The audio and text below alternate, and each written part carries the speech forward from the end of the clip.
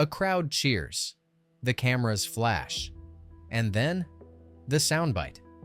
I don't want to hear about affordability. Gas was $2 a gallon. Inflation's gone. The room erupts again. It's confident, simple, comforting. So I don't want to hear about the affordability because right now we're much less. If you look at energy, we're getting close to $2 a gallon gasoline. With Biden, it was $4.50, $5. Another thing, inflation. We had the worst inflation in the history of our country. Now we have virtually no inflation at all. It's down at a very low number and a very normal number. Like everything that's wrong can be wished away with applause. But outside that room, the story doesn't sound the same. At the pump, gas isn't $2. Not even close. As of October 2025, the national average is $3.08, diesel $3.71 according to AAA. Even in Mississippi, the cheapest state in the country, it's still $2.61 a gallon. And groceries? The Bureau of Labor Statistics says the price of food at home rose 2.7% over the past year. Eating out is 3.7% more expensive. Electricity is 5% higher. Natural gas, almost 12% higher. The numbers don't lie. They just linger quietly, year after year, on top of everything else that already went up. That's how inflation works when it cools. It doesn't reverse. It just stops climbing as fast. Our energy costs are way down, our groceries are way down, everything is way down, and the press doesn't report it. The press reports whatever the con people say. You know, I call the Democrats con men and women. They make up numbers. And while the politicians talk about what's down, most Americans are focused on what never came back down. Because the problem isn't only inflation, it's wages that can't catch up. The average U.S. household income in 2025 is around $74,000. Sounds decent, until you realize the median home price sits above $420,000, and the average mortgage payment on that home is up nearly 30% from just 3 years ago. Renters aren't faring much better. The median rent nationwide is hovering near $2,000 a month, a record high according to Realtor.com. Meanwhile, wage growth, once the bright spot, has slowed to about 3.5%, barely keeping up with that same 3% inflation rate. Which means, in real terms, the middle class is running in place, working harder, earning more on paper, and somehow having less to show for it. The USDA reports 15% of households experienced food insecurity in 2025. That's 1 in 6 families struggling to afford consistent meals. And in DC alone, the Capital Area Food Bank says 820,000 adults are living with hunger this year. These aren't just numbers, they're stories. Of people skipping lunches to afford gas, of parents taking side jobs to cover rent, of teachers and nurses visiting food banks between shifts. Because affordability isn't about what's normal, it's about what's left after the bills clear. Middle-class wages once meant stability. A house, a car, savings, the occasional vacation. But in 2025, that same paycheck buys less security and more stress. It covers rent, maybe debt. And if you're lucky, a few extras before payday comes back around. So when someone says inflation's gone, what they're really saying is, I'm not feeling it. But the middle class is every single month. The Federal Reserve's rate, around 3.86%, keeps mortgages expensive, credit card balances harder to pay, and auto loans out of reach for many. The result? The numbers may look steady on paper, but everyday life still feels fragile.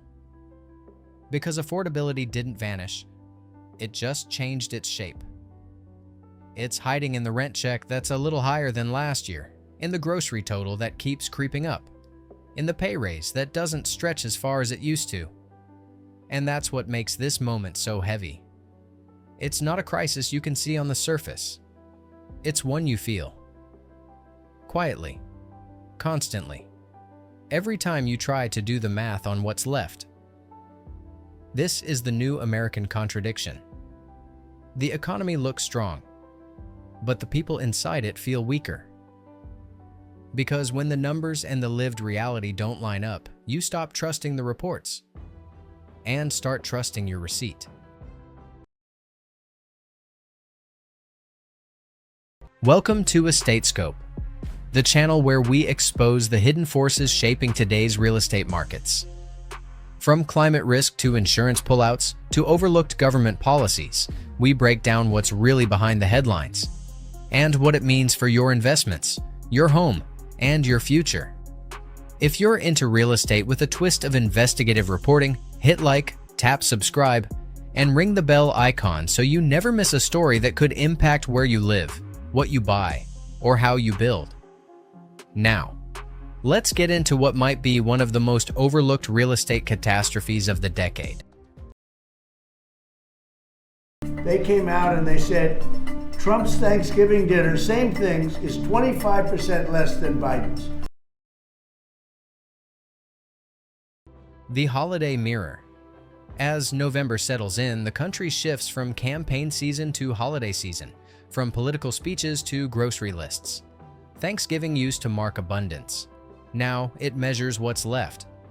According to the USDA, the cost of a classic Thanksgiving dinner for 10 people is $67.86, about 14% higher than it was 4 years ago. Turkey prices are up roughly 7% this year. Potatoes and canned vegetables up between 5 and 8%, and even dessert staples, flour, sugar, whipped cream, have crept higher. The headlines say inflation is easing, but the receipts show that easing doesn't mean erasing. When prices rise and stay there, better just means still expensive. The Bureau of Labor Statistics still reports inflation running near 3% year over year, a far cry from the double digits of 2022, but still above the Federal Reserve's 2% target. Electricity bills are 5% higher than a year ago. Natural gas costs are up almost 12%. Groceries, the thing families feel first, are 2.7% higher for food at home and 3.7% for eating out. Those are the official numbers, but the unofficial math happens in kitchens. Families don't cancel Thanksgiving. They resize it. Smaller turkeys, one less dish, shorter guest lists, cheaper wine, and the ripple shows up everywhere else. Travel bookings down, fuel demand soft, community food drives busier than ever. In Atlanta, local kitchens report serving 18% more meals than last year. In Los Angeles, the pre-holiday food bank line stretches around the block, the longest since 2020. These aren't abstract figures. They're a portrait of quiet recalibration, and America still celebrating, just more carefully. Mr. President, since you brought up the Walmart Thanksgiving meal, Yeah. and it is cheaper, but it also contains less, as affordability Well, I haven't continues heard to that. be an You're telling issue. me. Well, that's Who what are you Walmart with? says. Who are you with? I'm with NBC News, sir. Fake news. Representing. At the table, no one argues about monetary policy. They talk about traffic, football, and family. But under the small talk sits the same question. Why does everything still feel harder than it used to? The answer lies in the background numbers that don't make the headlines. The Federal Reserve's effective rate, still around 3.9%, keeps mortgages near 7%, and credit card interest above 22%, the highest in nearly 40 years. Debt costs haven't come down with inflation. They've hardened. So even if the price of gas steadies near $3.08 a gallon, the cost of living doesn't. Economists call it the lag effect, the delay between cooling data and actual relief. But for ordinary people, it feels simpler. Everything slowed down except the bills. Thanksgiving reveals that truth better than any chart can. Because this holiday, built on gratitude, has become a mirror. It reflects an economy that looks steady from afar, but still feels stretched up close. And yet, somehow, people keep showing up. They swap recipes, share food, invite neighbors. Not because they've forgotten the strain, but because gratitude and struggle now live in the same room. That's the real picture of 2025. Not crisis. Not collapse. Just a quiet, ongoing endurance. The charts say recovery. The checkout lines say reality.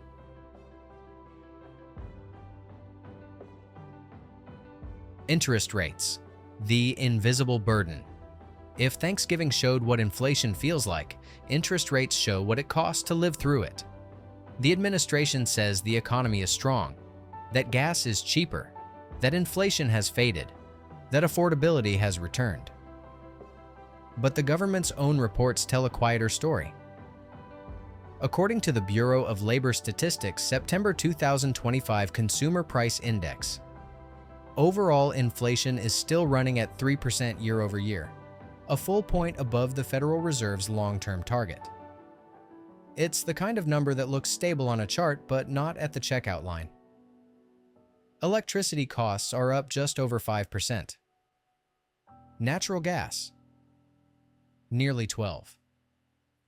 And gasoline, despite all the talking points, still averages about $3.08 a gallon, just a few cents below where it was last year. Groceries haven't softened either. The same BLS report shows food prices rising 2.7% for meals at home and 3.7% for dining out. Even small increases hit hard after 4 straight years of compounding. Because when inflation cools, prices don't fall, they just stop climbing as fast. And for most Americans, less bad isn't the same as better. That's where interest rates come in, not as relief, but as restraint. The Federal Reserve's effective rate, hovering around 3.86%, has become the invisible ceiling of the economy. It hasn't risen in months, but it hasn't fallen either. That stillness has weight. It keeps mortgage rates between 6 and 7%, high enough to freeze both buyers and sellers in place. In its Q3 2025 housing report, Redfin found that the average 30-year mortgage payment on a median-priced home now exceeds $2,900 a month, nearly 30% higher than in 2022. Meanwhile, existing home sales have fallen by almost 1/5 year over year. That's not volatility. That's paralysis. A housing market that hasn't collapsed, just stopped moving. People who already own can't afford to sell, and people who rent can't afford to buy. It's not a crash. It's a lock-in. A slow suffocation of mobility. Beyond housing, the same interest pressure follows Americans into their wallets. The Federal Reserve's October 2025 Consumer Credit Report shows the average credit card APR now sits above 22%, the highest level since the 1980s. Delinquencies are up 28% from a year ago, and total credit card debt has crossed $1.14 trillion, according to the New York Fed's Household Debt and Credit Report. The country's personal savings rate has slipped below 4% of disposable income, the lowest since 2008. Those are the numbers that don't make front pages, but they define daily life. Every fraction of a percentage point that stays locked into place means car loans that cost another $100 a month, mortgages that never refinance, and credit balances that never shrink. Even as inflation steadies, the cost of borrowing keeps every dollar heavy. Economists call this the lag effect, the delay between policy success and public relief. For most households, it just feels like the system catching its breath while everyone inside it keeps running. The purpose of higher interest rates was to cool the economy. But what they cooled most was momentum. They froze opportunity, locked savings, and turned optimism into calculation. So when leaders say, affordability is back, they're reading data, not living it. Because affordability isn't a line on a chart. It's the feeling of space in your budget, the absence of dread when the bill arrives. The numbers may look steady on paper, but stability without movement isn't balance. It's fatigue. And that's what defines this moment. An economy that's cooling on purpose, and a population learning how to live in the chill. The hunger economy. For months, the message from the podium has been the same. Inflation is over. The economy is strong. And prices are coming down. But the federal data released this fall paints a different picture. The September 2025 Consumer Price Index shows prices rising 3% year over year, almost exactly what they were last spring. The Federal Reserve's target is 2%. That may sound like a small gap, but that single percentage point represents billions of dollars in extra costs spread across rent, fuel, food, and energy. Grocery prices remain sticky. Compared with September 2024, the cost of food at home rose 2.7%. While the price of eating out climbed 3.7%. Energy is even worse. Electricity up more than 5%. Natural gas almost 12%. Gasoline averaged $3.08 a gallon nationwide, only 3 cents cheaper than a year earlier. And diesel reached $3.71 a gallon, 14 cents higher than last November. These are not numbers from critics or pundits. They come straight from the government's own economic agencies. And what they describe isn't relief, it's endurance. Across the country, the cracks are showing in the most basic part of the economy: food. The USDA's 2025 Household Food Security Survey found that 15% of American families experienced food insecurity this year. 1 in 6 households struggling to afford consistent meals. That's not a crisis of supply. The shelves are full. It's a crisis of access. In Mississippi, nearly 22% of households reported skipping or shrinking meals. In West Virginia and parts of the Midwest, the number hovers near 1 in 5. Even the Washington, D.C. metro area, one of the wealthiest regions in the country, now counts more than 820,000 adults living with hunger. Inflation might have cooled on the charts, but hunger has heated up in the data. The new economy is one of constant trade-offs. Families are no longer asking, "Can we afford dinner?" They're asking, "What do we have to give up to afford it?" As energy bills rise another few percent through the winter, millions of households will face impossible arithmetic: heat or groceries, gas or rent. That's what economists call budget compression. Most people just call it exhaustion. In small towns, churches and pantries are reopening food programs they closed years ago. In cities, school cafeterias are quietly serving more weekend meals to cover the gaps at home. The statistics tell one part of the story. These lines tell the rest.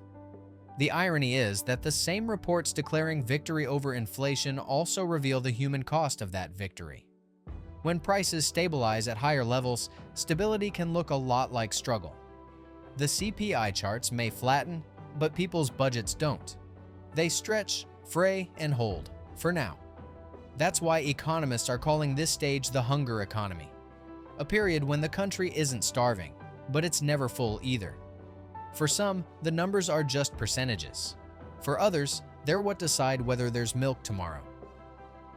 Inflation may have cooled, but affordability hasn't thawed. And until policy catches up with that reality, every meal will remain a quiet act of resilience. The feedback loop. Inflation doesn't just live in grocery stores. It moves through trucks, ports, warehouses, and paychecks. A current that flows beneath everything we buy. When fuel prices rise, trucking costs rise. When trucking costs rise, grocery prices rise. When grocery prices rise, workers demand higher wages to keep up. And when wages rise, operating costs climb, sending the whole system back to where it started. That's the loop America is trapped in. Not a crisis of demand or supply, but a cycle of reaction and delay. The U.S. Energy Information Administration's 2025 fuel outlook shows diesel averaging $3.71 a gallon, up nearly 4% from last year, even as global oil prices have stabilized. The reason? Logistics. Freight companies are paying more for labor, insurance, and replacement parts. Every mile now costs more than it did in 2019. And every mile gets baked into the price of everything that follows. According to the American Trucking Associations, transport costs for consumer goods have increased 38% since 2020. That adds pennies to every loaf of bread, every carton of milk, every package sitting on a porch. And those pennies are what keep the inflation graph flat instead of falling. Economists call this sticky inflation. When prices stop climbing but refuse to come back down. And that stickiness isn't greed or inefficiency, it's gravity. Once the entire system adjusts upward, the weight stays there. For example, labor costs in warehousing and retail are still up 5.2% from last year, according to the Bureau of Labor Statistics' 2025 Employment Cost Index. Those wages aren't being rolled back, and they shouldn't be. But every raise eventually becomes another line item for the next price tag. So even when economists announce that inflation has cooled, what most Americans hear is that life has simply leveled off at expensive. The Federal Reserve knows this cycle well. Its policy statements this fall describe a disinflationary process, a polite way of saying the economy is cooling, but people aren't. The Fed's own models estimate that full price normalization, the point where both wages and costs realign, may not arrive until 2027. That's the lag effect everyone feels but no one sees. The space between what's printed in the reports and what's paid in real life. It's why fuel can stabilize, but rent doesn't. Why unemployment can stay low, but anxiety stays high. The economy isn't broken, it's just echoing. Each part responding to the last. A chain reaction that moves too slowly to be dramatic, but too fast to ignore. Every percentage point of inflation, every tick of interest, every cent of freight, they all add up to the same question at the end of the month. Where did it all go? The answer is simple and complex at once. It went into motion. The cost of keeping a nation supplied, employed, and in transit. Because even when nothing seems to move forward, everything is still moving underneath. And that's the truth behind the cooling numbers. They measure stability. But what most Americans feel is momentum. A slow, grinding economy that won't crash or climb, just keep circling. That's not recovery. That's recalibration. The quiet collapse of trust. The numbers still say we're fine. Unemployment sits at 4.1%. GDP grew 2.4% last quarter. The Federal Reserve calls it a soft landing. But for millions of Americans, that landing still feels like a free fall in slow motion. Because what the data calls recovery still feels like maintenance. Household debt now tops $17.7 trillion, the highest in recorded history. Credit card balances alone have crossed $1.14 trillion, climbing twice as fast as wages. Delinquencies are up 28% year over year. Savings accounts are shrinking. And while the nation's balance sheets look solid, the people behind them look tired. This isn't a crash. It's a slow leak of certainty. Every time the headlines say inflation is cooling, families wonder why life still costs the same. Every time leaders say wages are up, people check their accounts and see less. A recent Pew Research Center study found that 7 in 10 Americans no longer trust official inflation data to reflect real life. It's not defiance, it's defense. When you've been told you're doing better but feel like you're not, disbelief becomes self-protection. Trust doesn't disappear with a headline. It fades one receipt at a time. You stop measuring progress by charts and start measuring it by breathing room.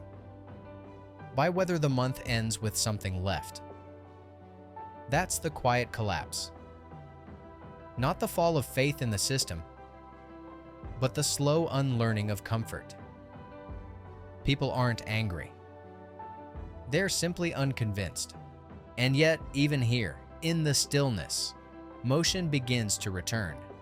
The Federal Reserve's November 2025 statement hints that rate cuts could come by mid-2026 if inflation keeps easing. The U.S. Energy Information Administration projects fuel costs will decline slightly through spring. Container shipping rates have fallen 40% from their 2022 peaks. And supply chain pressure, measured by the New York Fed's Global Index, is back to pre-pandemic levels. Small signs, but signs nonetheless. They show up in things most people won't notice right away. A few extra job postings, shorter grocery lines, a paycheck that stretches one day further than before. They're not proof of recovery, but they are evidence of motion. That's how economies heal. Not with applause or announcement, but with quiet momentum. A single decision at a time. Spend again. Build again. Believe again. It doesn't erase the exhaustion, but it means the exhaustion finally has somewhere to go. The coming year won't be easy. Interest rates will fall slower than people hope. Prices will flatten, not drop. But beneath the fatigue, something important is happening. The rhythm of motion returning. Because what keeps a country alive isn't certainty. It's persistence. It's the decision to keep showing up even when the system feels indifferent. The soft landing may belong to the data, but recovery belongs to the people. And that recovery won't be measured by indexes. It'll be measured by peace of mind, by the ability to plan again, to save again, to hope again. Affordability isn't gone. It's hiding. In our bills, our choices, our patience. Pretending it's fixed won't make it disappear, but acknowledging it, honestly, publicly, might be the first step to finding it again. Stay alert. Stay informed.